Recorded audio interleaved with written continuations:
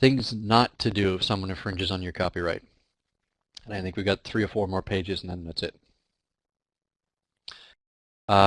React emotionally. I can't stress that enough. Don't jump to the conclusion that the infringement is willful or malicious.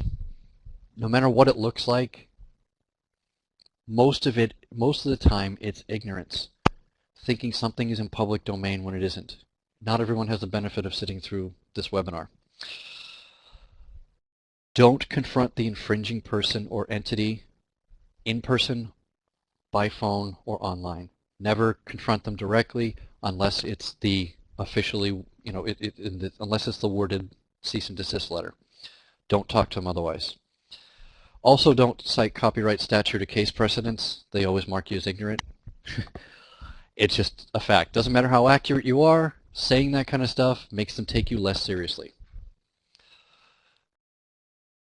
Don't make overreaching threats. Don't say, you've stolen my stuff, I'm going to have your house, I'm going to have your car, I'm going to have your 8-year-old son in chains. It's just not, one, it's not professional. Two, it's not going to happen.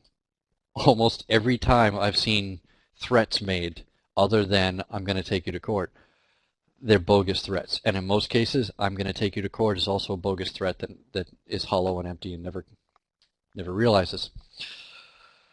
So don't threaten litigation. Don't send your first or second letter saying, do this now or I'm going to file suit.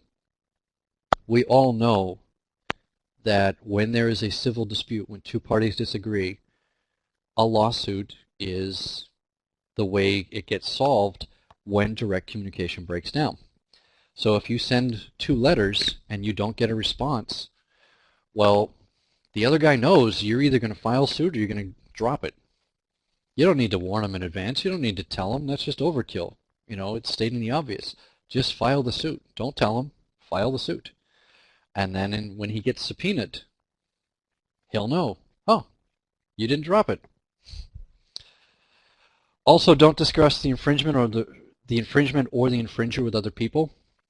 Remember that everybody can be called as a witness against you as well as for you. So don't discuss it with them. The 2 exceptions, of course, your attorney and your spouse, because spouses can't be compelled to testify against spouses. So you can talk about that stuff.